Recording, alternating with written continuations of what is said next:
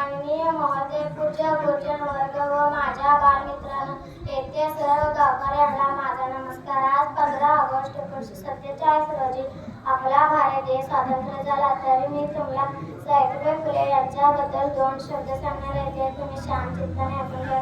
ही माझी नम्र विनंती. सावित्रीबाई फुले यांचा जन्म 3 जानेवारी 1831 रोजी सातारा जिल्हा नायगाव या गावी झाला. त्यांच्या वडिलांचे नाव खंडोजी नरसे पाटील व आईचे नाव लक्ष्मीबाई तसेच पतीचे नाव महात्मा ज्योतिराव फुले असे होते. सावित्रीबाई फुले भारताच्या पहिल्या महिला शिक्षिका होत्या.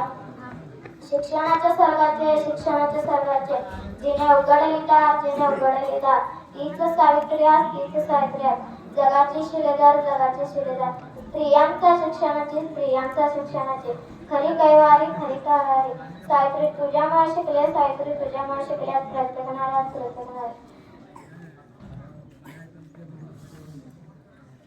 समाजाला जिने दिली ज्ञानाची सावली